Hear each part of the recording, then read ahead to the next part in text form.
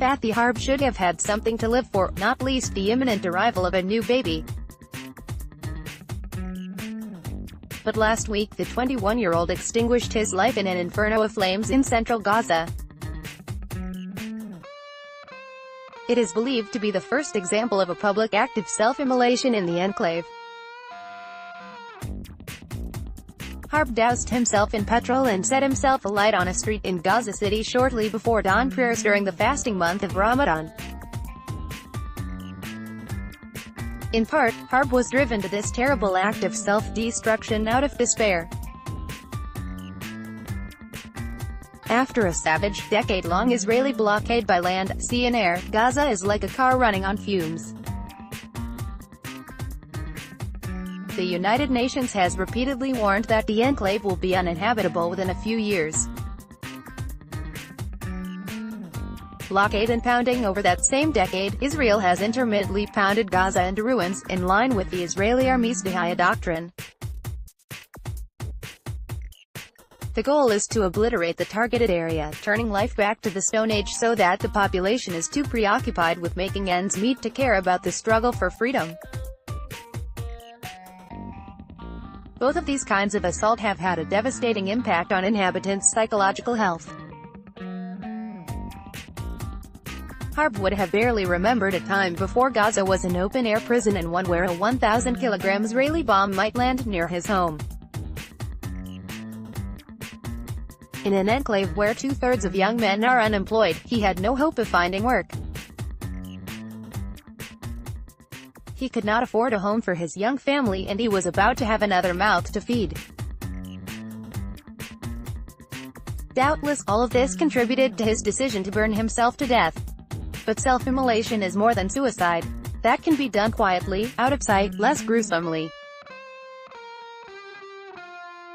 In fact, figures suggest that suicide rates in Gaza have rocketed in recent years.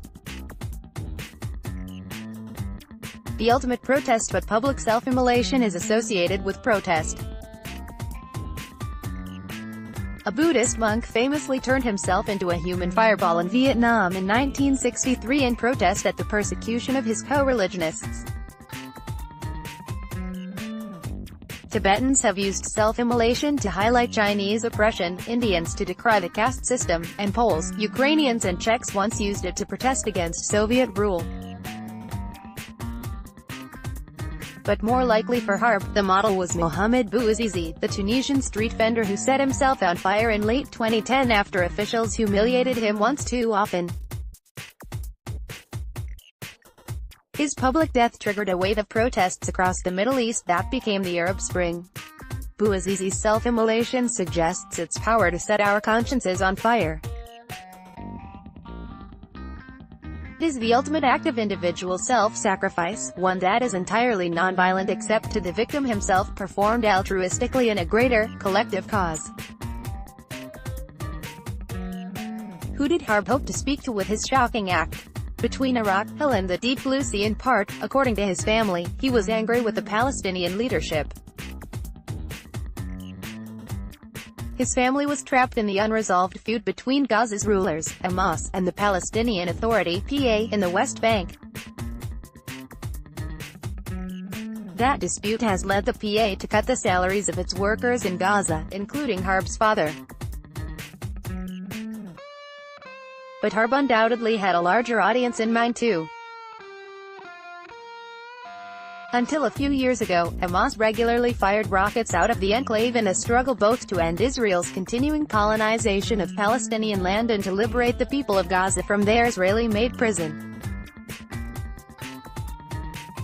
But the world rejected the Palestinians' right to resist violently and condemned Hamas as terrorists. Israel's series of military rampages in Gaza to silence Hamas were meekly criticized in the West as disproportionate. The Palestinians of the West Bank and East Jerusalem, where there is still direct contact with Israeli Jews, usually as settlers or soldiers, watched as Gaza's armed resistance failed to prick the world's conscience. So some took up the struggle as individuals, targeting Israelis or soldiers at checkpoints. They grabbed a kitchen knife to attack Israelis or soldiers at checkpoints, or rammed them with a car, bus or bulldozer. Again, the world sided with Israel. Resistance was not only futile, it was denounced as illegitimate. The killing field since late March, the struggle for liberation has shifted back to Gaza. Tens of thousands of unarmed Palestinians have massed weekly close to Israel's fence, encaging them. The protests are intended as confrontational civil disobedience, a cry to the world for help and a reminder that Palestinians are being slowly choked to death. Israel has responded repeatedly by spraying the demonstrators with live ammunition, seriously wounding many thousands and killing more than 100. Yet again, the world has remained largely impassive. In fact, worse still, the demonstrators have been cast as Hamas stooges. The United States ambassador to the UN, Nikki Haley, blamed the victims under occupation, saying Israel had a right to defend its border, while the British government claimed the protests were hijacked by terrorists. None of this can have passed Harb by. When Palestinians are told they can protest peacefully, Western governments mean quietly, in ways that Israel can ignore, in ways that will not trouble consciences or require any action. In Gaza, the Israeli army is renewing the Dahaya doctrine, this time by shattering thousands of Palestinian bodies rather than infrastructure. Harb understood only too well the West's hypocrisy in denying Palestinians any right to meaningfully resist Israel's campaign of destruction. The flames that engulfed him were intended also to consume us with guilt and shame. And doubtless more in Gaza will follow his example. Will Harb be proved right? Can the West be shamed into action? Or will we continue blaming the victims to excuse our complicity in 7 decades of outrages committed against the Palestinian people? The version of this article first appeared in the National, Abu Dhabi.